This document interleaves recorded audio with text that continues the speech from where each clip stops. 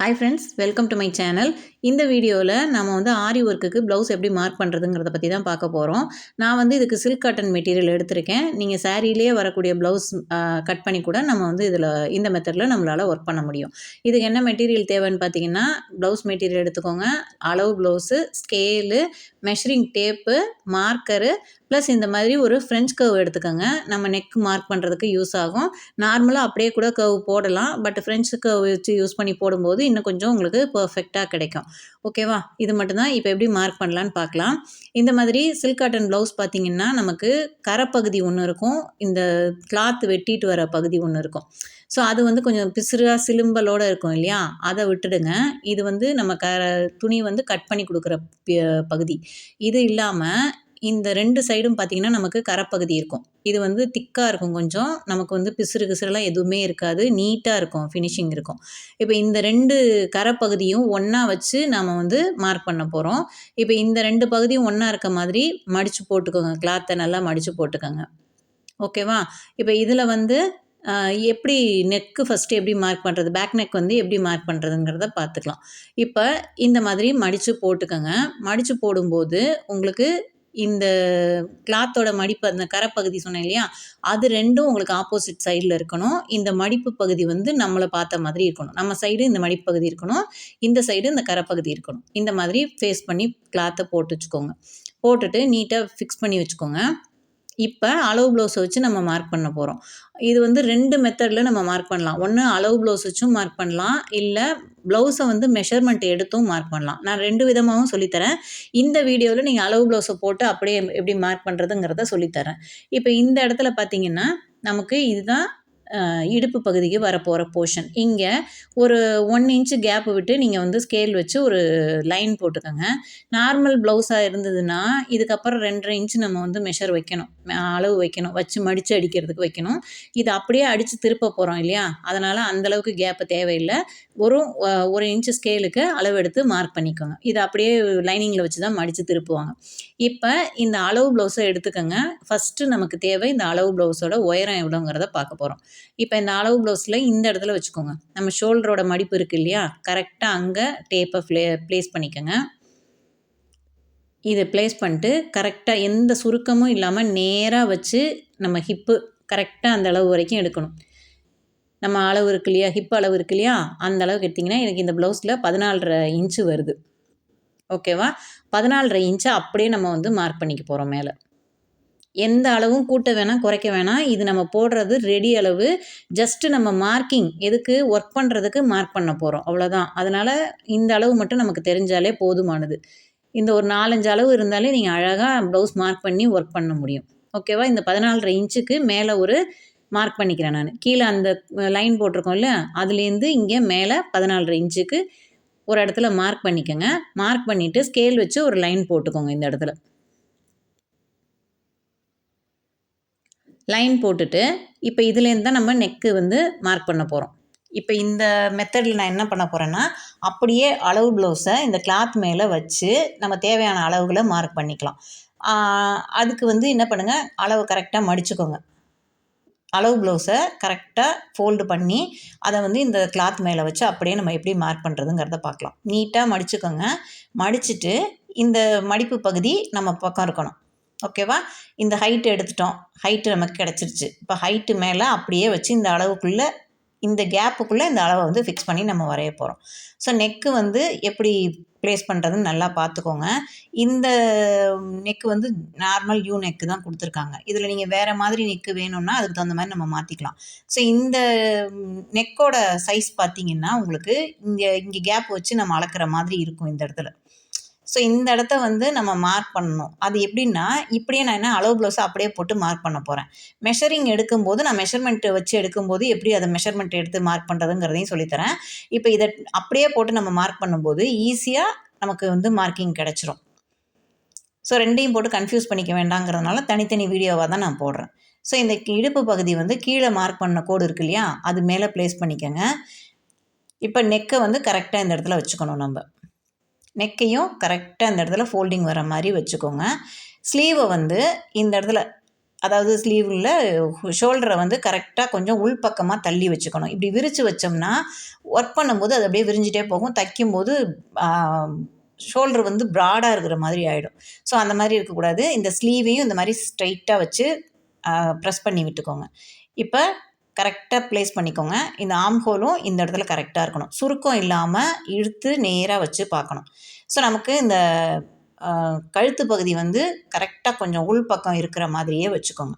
Mostly வந்து உங்களுக்கு இந்த இடம் வந்து 2.5 தான் வரும். 2.5 அதிகபட்சம் 3. ஒரு 40+ மேலே இருக்கிற சைஸ் ப்ளவுஸஸாக இருந்தால் 3 வைப்பாங்க.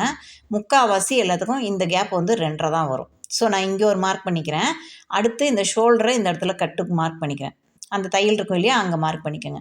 மார்க் பண்ணிவிட்டு இந்த நெக்லைனை ஸ்ட்ரெயிட்டாக வச்சுட்டு இங்கே ஒரு மார்க் பண்ணிக்கோங்க.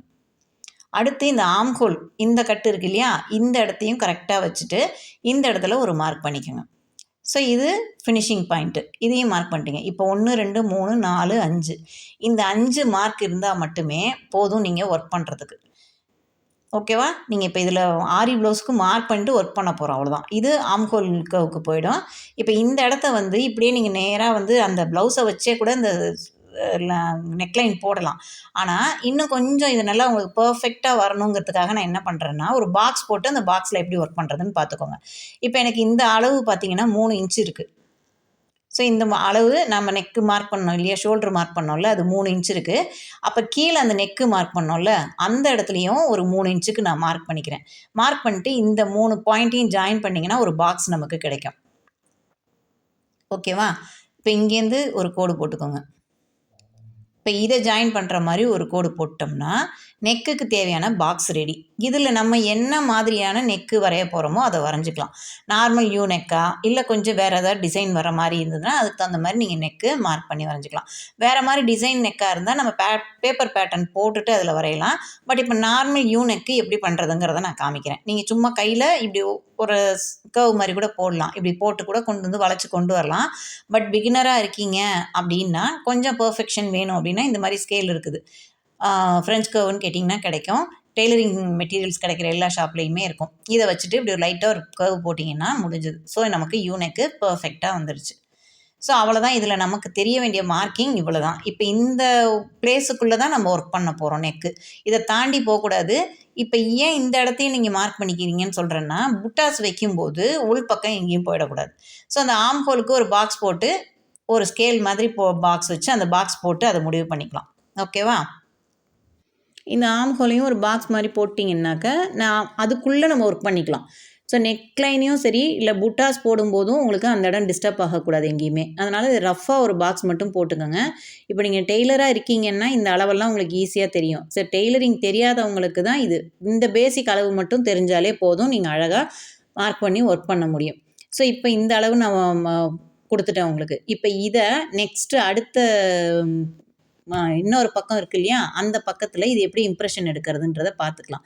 இப்போ இதை என்ன பண்ணுங்கள், தேவையான அளவுகளை வந்து கொஞ்சம் டார்க்காக மார்க் பண்ணிக்கோங்க. ஸோ இந்த மெயின் மேலே இருக்கிற அந்த லைன் வேணும். அடுத்து இந்த போர்ஷனும் வேணும். நெக்லைனும் நமக்கு கரெக்டாக வேணும். அதுக்கு மேலே கீழே வந்து கரெக்டான அளவு இருக்கணும். எந்த அளவுக்கு மேலே நம்ம ஒர்க் பண்ணக்கூடாது, எந்த அளவு வரைக்கும் நம்ம ஒர்க் பண்ணலாங்கிறது. ஏன்னா ஃபுல் ப்ளவுஸ் ஒர்க் பண்ணுறப்பெல்லாம் இந்த ப்ராப்ளம் வரும் நமக்கு. அதையும் கொஞ்சம் டார்க்கன் பண்ணிக்கோங்க. இந்த நெக்லைனை நான் டார்க்கன் பண்ணிக்கிறேன். கொஞ்சம் டார்க் ஆக்கிக்கோங்க. அப்போ தான் வந்து அடுத்த பக்கம் திருப்பி டேப் பண்ணும்போது உங்களுக்கு வந்து ஈஸியாக இம்ப்ரெஷன் அங்கே கிடைக்கும். ஸோ ஒரு சைடு மார்க் பண்ணிட்டு இன்னொரு சைடு அப்படியே நம்ம எடுத்துக்க முடியும். ஓகேவா? இப்போ இந்த ஸ்ட்ரைட் லைனையும் நான் கொஞ்சம் டார்க்காக லைன் போட்டுக்கிறேன். இப்போ இதை என்ன பண்ணணும், இந்த அளவு மட்டும் நம்ம டார்க் பண்ணிக்கிட்டோம்னா போதும். இப்போ இந்த கிளாத்தை 2ஆக மடித்து போட்டு நீங்கள் நல்லா டேப் பண்ணிங்கனாலே உங்களுக்கு இந்த போர்ஷன் அப்படியே அந்த பக்கம் இம்ப்ரெஷன் விழுந்துடும். அதை வச்சு அந்த லெஃப்ட் சைடு நெக்கையும் நம்ம மார்க் பண்ணிக்க முடியும்.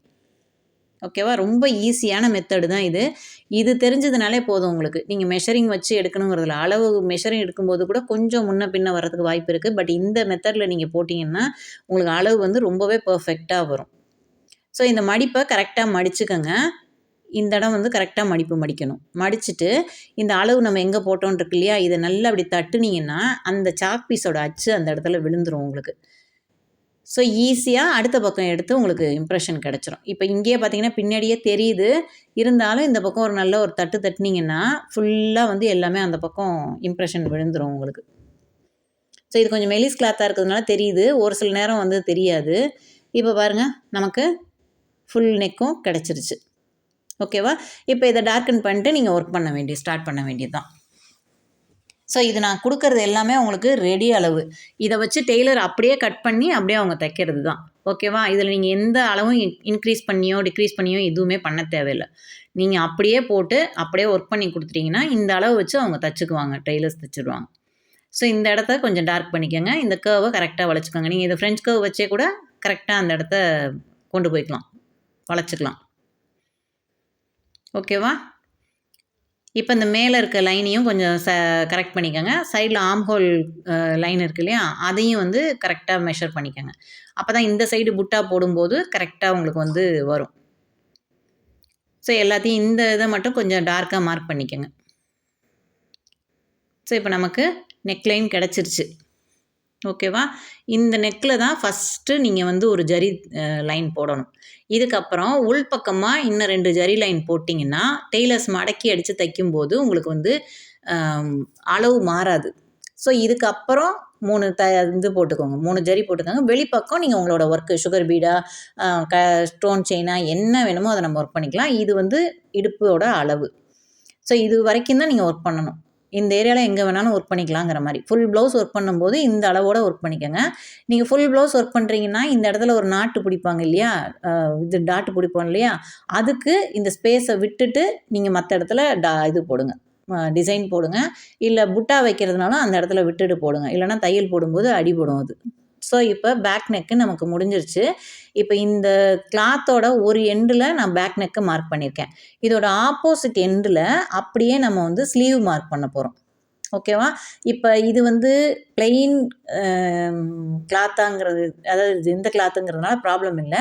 பட்டு இதே வந்து சேரீயில் எடுக்கிற கிளாத்தாக இருந்தால் வேறு மாதிரி கொஞ்சம் மார்க் பண்ணணும். இந்த பக்கத்தில் மார்க் பண்ணுற மாதிரி இருக்கும். அந்த நம்ம கரைப்பகுதி இருக்குல்ல, அங்கே நெக்லைனை மார்க் பண்ணிவிட்டு ஆப்போசிட் சைடில் ஸ்லீவ் மார்க் பண்ணுற மாதிரி இருக்கும்.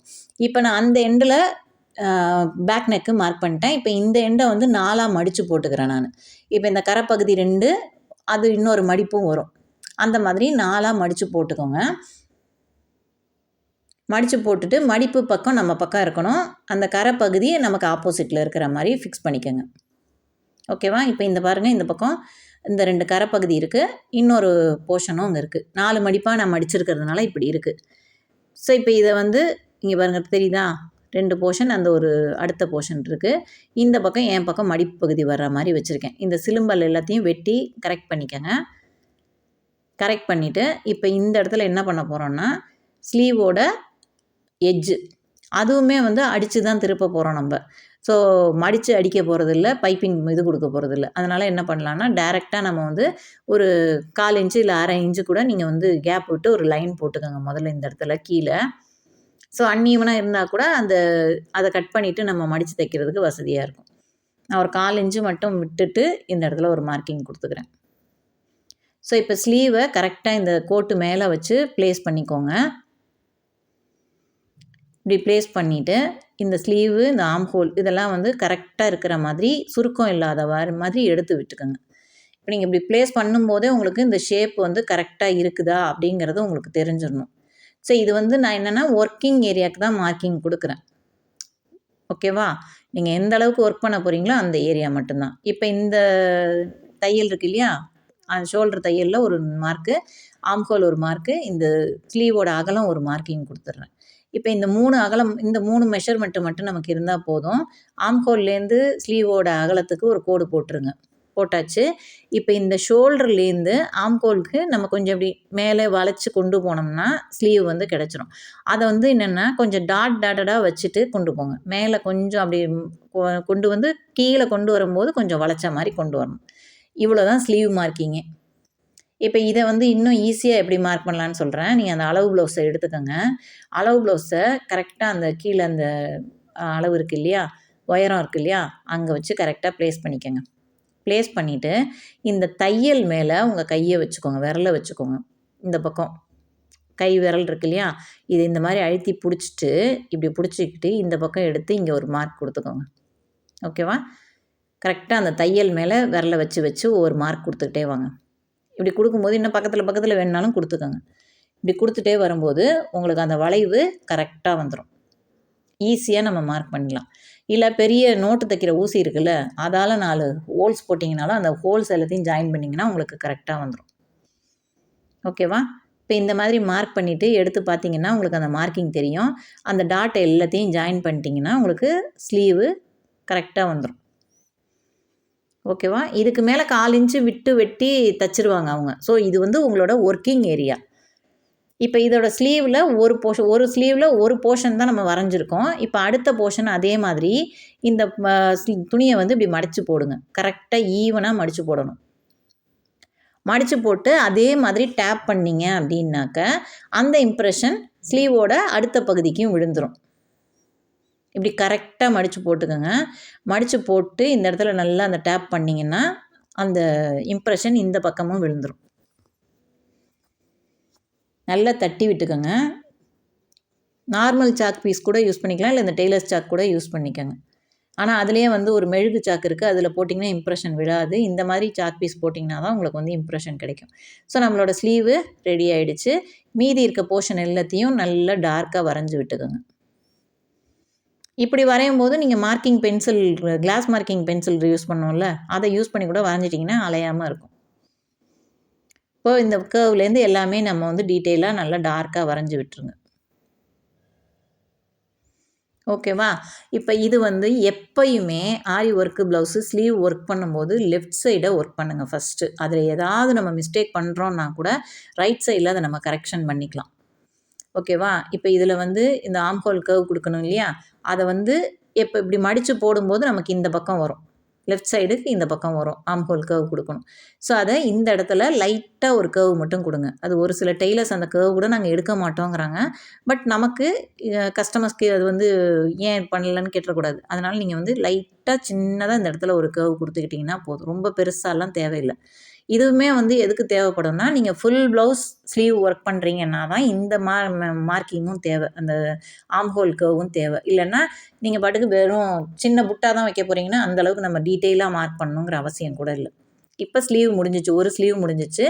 இதை அதே மாதிரியே துணியை பிரித்து போட்டு 2 சைடையும் மடித்து திருப்பினீங்கன்னா, திருப்பிட்டு டேப் பண்ணிங்கன்னா உங்களுக்கு கிடச்சிரும்.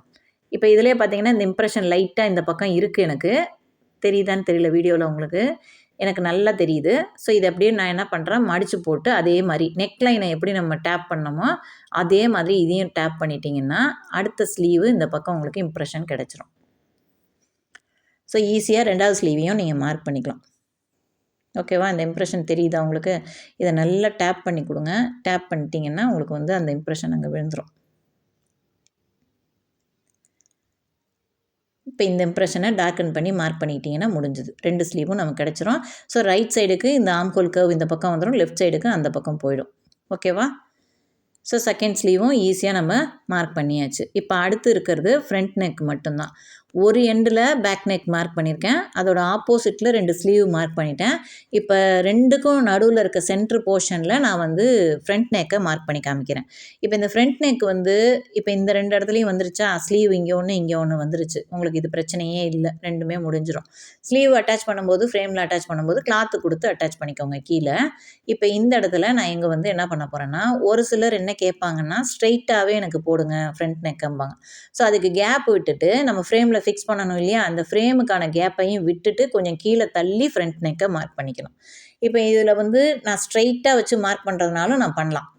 இப்போ அளவு ப்ளவுஸை வச்சு ஸ்ட்ரைட்டாக பேக் நெக்குக்கு பேக்கில் அப்படியே கீழே வந்து ஸ்ட்ரைட்டாக மார்க் பண்ணுறதுனால மார்க் பண்ணலாம். இல்லை ஒரு சிலர் வந்து முக்கால்வாசி பேர் என்ன கேட்பாங்கன்னா, எனக்கு கிராஸ் கட் போட்டு கொடுங்கன்னு கேட்பாங்க. அது ஒன்றுமே பெரிய விஷயம் இல்லை, கொஞ்சம் கிராஸாக நம்ம போடுவோம். இப்போ ஸ்ட்ரைட்டாக போடணுன்னா இப்போ இந்த பேக் நெக் மார்க் பண்ணியிருக்கோம் இல்லையா, அதுக்கு கீழே அப்படியே கொஞ்சம் தள்ளி வச்சு ஸ்ட்ரைட்டாக வச்சு மார்க் பண்ணிக்க வேண்டியதான் நம்ம. இப்போ இந்த ஃப்ரண்ட்டை மட்டும் மடித்து எடுத்துக்கோங்க தனியாக. மடித்து போட்டு இப்படி வச்சு நம்ம வந்து இந்த அளவுகளை மட்டும் மார்க் பண்ணிக்கலாம். இது ஸ்ட்ரைட்டாகவே வந்துடும்.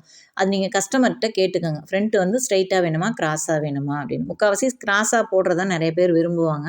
அதனால் நீங்கள் கேட்டுக்கோங்க. இல்லை கிராஸாக வேணும்னா கிராஸாக போட்டுக்கலாம். ஸ்ட்ரைட்டுன்னா அப்படியே ஸ்ட்ரைட்டாக நம்ம போடுறோம். புரியுதா? அதுக்கு நேராக ஸ்ட்ரெயிட்டாக இப்படியே போட்டு கொடுக்குறது தான் ஸ்ட்ரெயிட்டு. இதையே வந்து கிராஸாக கொஞ்சம் தள்ளி இப்படி திருப்பி போட்டிங்கன்னா கிராஸ் கட்டில் தைச்சி கொடுத்துருவாங்க உங்களுக்கு. ஸோ இது வந்து ஃப்ரண்ட் நெக் மார்க்கிங் வந்து ரொம்பவே ஈஸி தான். கரெக்டாக மடித்து போட்டுக்கோங்க ப்ளவுஸை.